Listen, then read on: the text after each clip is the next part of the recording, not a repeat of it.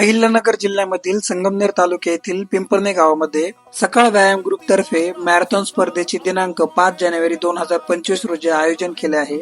हे आहे वर्ष दुसरे.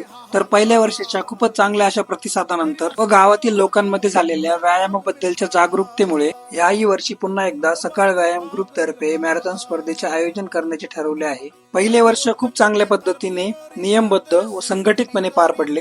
दुसऱ्या वर्षाचे स्वरूप हे पहिल्या वर्षापेक्षाही मोठे असणार आहे. तर ते आहे पुढील प्रमाणे. लहान गट हा 18 वर्षांच्या आतील असेल. त्यामध्ये मुलं आणि मुली यांची सेपरेट स्पर्धा घेतली जाईल.